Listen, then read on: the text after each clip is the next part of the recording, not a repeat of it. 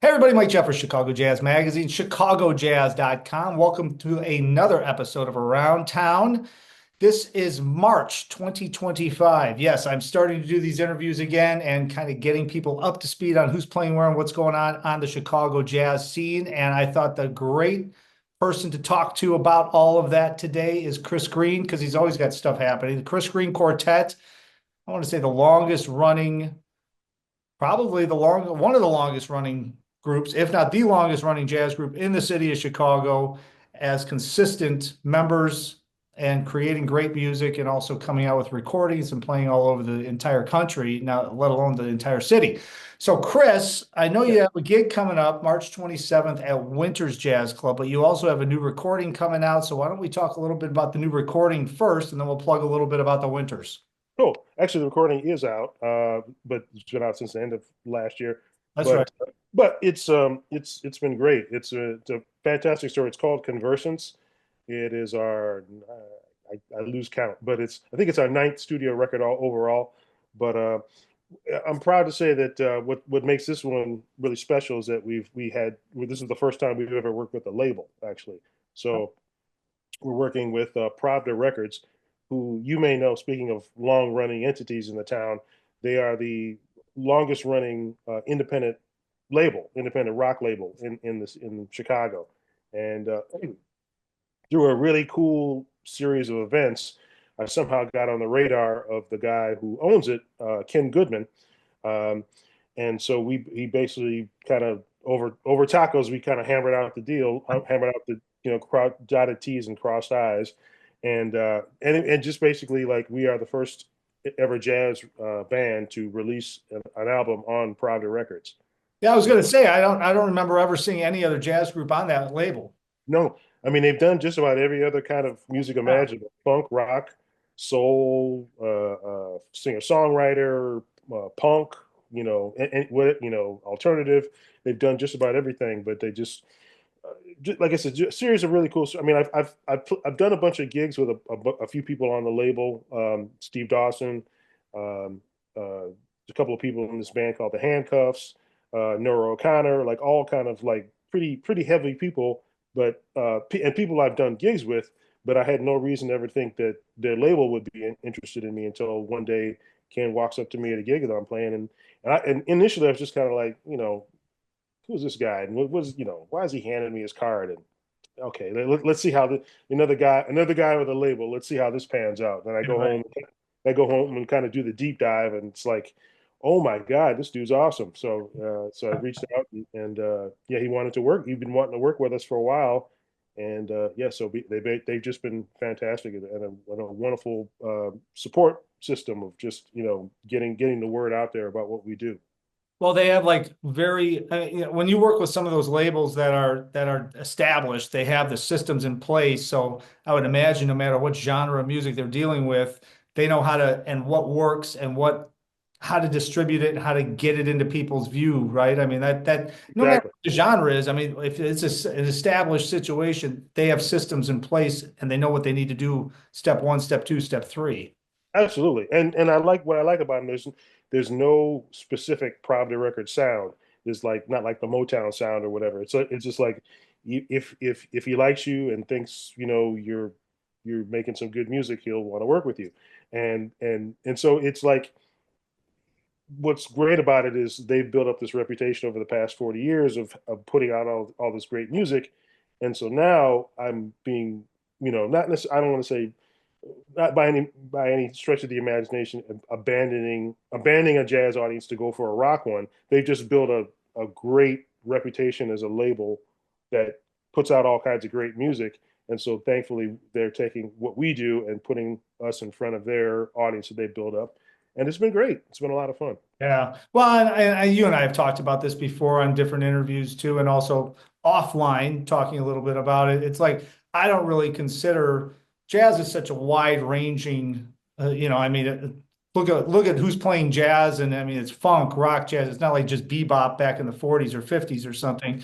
Right. And there really isn't a radio station. I mean, even WDCB mixes in blues, mixes in jazz, mixes in fusion. They've got Mhm. some songwriters stuff. That's like the only radio station that's like home for jazz in Yeah, Chicago, if you want to say that. But I mean, I think most people with artists go to hear the artist. They don't really yeah, think about, oh, it's a jazz group, it's a rock group, we're going to hear Chris Green Quartet. That's what we're going to hear and right. see.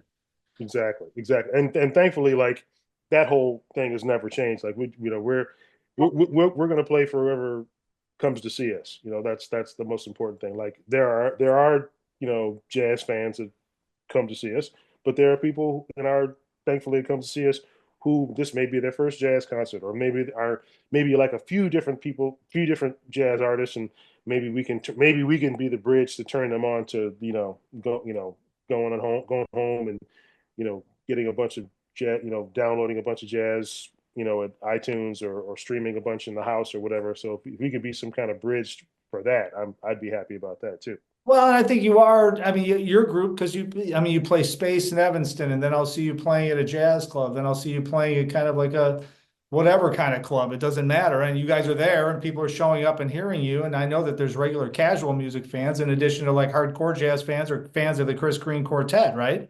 Right, exactly, exactly. And so, yeah, and it just, and I may have said this before, but I mean, some of my favorite people to play in front of are the people that are dragged, by their people who have come to see us before, and they'll drag their friends who are like, oh, I hate jazz, and oh, why would you bring me here? I don't want to go to this, Yeah. and then we'll play, and then they'll be the ones at the end of the night buying everything that we have, T-shirts, albums, everything. They're like, oh my God, I never thought jazz concert could be so fun. Thank you so much. And I'm like, yeah, thank you.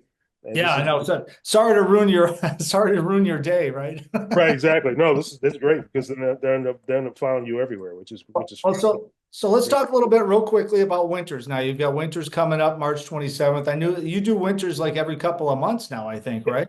So every other month, we kind of started this last year. We're basically there the odd months of every year. So January, March, May, with June or July, et cetera, et cetera. Yeah.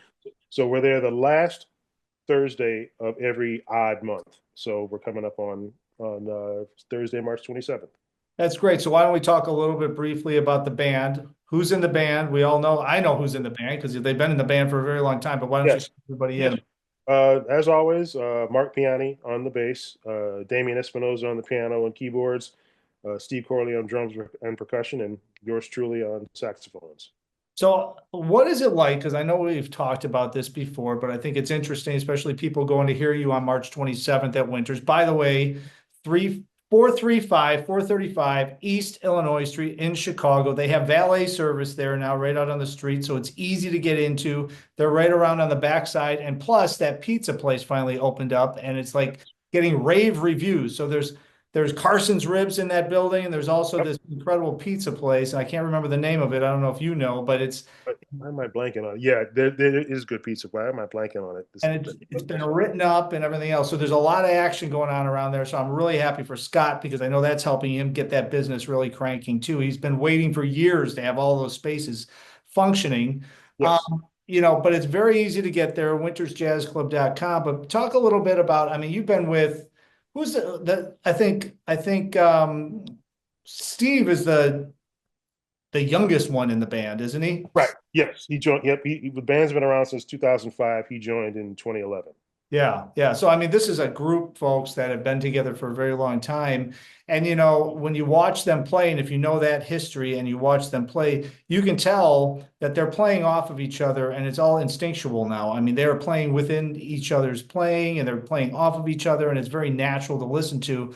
And if you don't know that going in, you're going to be like, wow, these guys are really, really happening together. But if you do know that going in, it makes it even more interesting because you can kind of see them look at each other for 1 second and all of a sudden they're going in a different direction. So Right. talk a little bit about how that incorporates in how you create the music and how you perform and how you write more music. Well, what we've been trying to do now, at least for the past year or so, like I mean, I will still talk to the audience and banter everything, but we're trying not to do so much. And there's nothing wrong with people that do this. Like between each song, this is the song. This is going to play. This is what inspired the song. Sometimes I'll do that. Like for instance, like I always there's one song on the album called "The Emperor Strikes Back" that my son actually, my 13-year-old son, he actually co-wrote. So I would usually mention that Yeah. to the audience, if only to get some like, oh, some sympathy, like, Yeah. oh, that's so cute. Your son co-wrote it. Oh, that's so cute. But what I've been really trying to do lately is we're almost trying to do like like Miles Davis at the Plug Nickel thing. We're trying to go segue from as many songs as we can, sometimes two, sometimes three.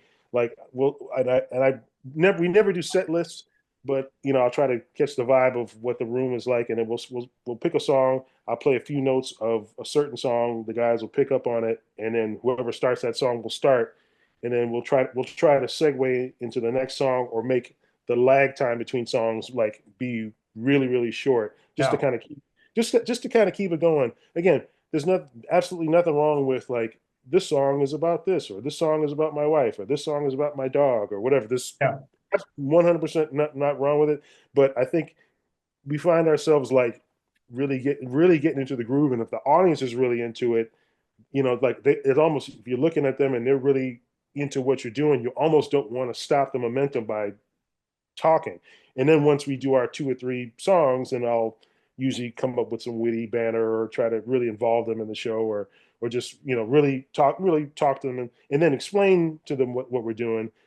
Maybe not so much about maybe I'll kind of do a quick recap of the songs we just played, but not so much like, this song is this and this song Yeah. is that. Again, nothing wrong with that. It's just we're just trying to keep the flow going. So that's kind of the thing we've been really experimenting with lately.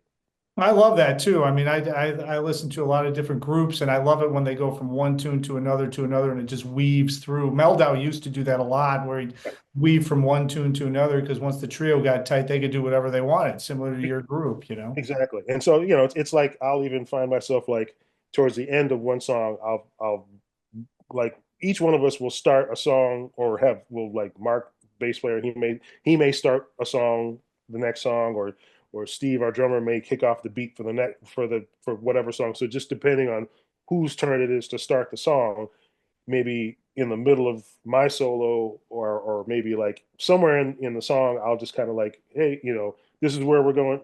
I just kind of drop a few breadcrumbs, like, this is where we're going next. So as soon as that one ends, you know, we'll go right to the next one. Yeah, they know because they can feel it, and that also, to your point, that really keeps things flowing, man. And Yeah, nobody knows what's coming next, which is a lot of fun as a listener too, you know? yeah, yeah, exactly. Because the audience tends to appreciate. Again, nothing. Again, let me say, nothing wrong with the Oh song, yeah. song. But if you can shift things, and kind of keep the audience on their toes, it's like, oh wow, I wasn't expecting that. And so like, they'll remember these kind of things, where we went from this song that of ours that they probably know, but maybe we'll do an older song that we don't normally play as much, and then they, wow, what song was that? Well, that's a song from on an older album, or that's we went from a song that they know to maybe one of the newer songs on the new record. It's like, oh wow, I didn't realize you played that song. So it just keeps everybody on their toes. Yeah, no, it's a lot of fun seeing. So I'm going to tell everybody, you got to check this out. March 27th, Winters Jazz Club. Of course, wintersjazzclub.com, chrisgreenejazz.com for all the info and downloads and everything else. And of course, he's all over social all the time. So I encourage everyone to go check all of this out. Chris, appreciate the time. It's great to jump back on with you. I know we did a bunch of these in the past, but now I'm getting back up and running here. I'm at Copernicus Center tonight. We got a sold out show. So I've got that happening. We all have things happening. So I'm glad I'm back, and I'm glad you're one of the first ones I'm talking to. Thank you as always for your support. I appreciate it. Absolutely. Of course, as I always say, all the information's at chicagojazz.com as well. And until next time, hopefully I will see somebody out on the scene.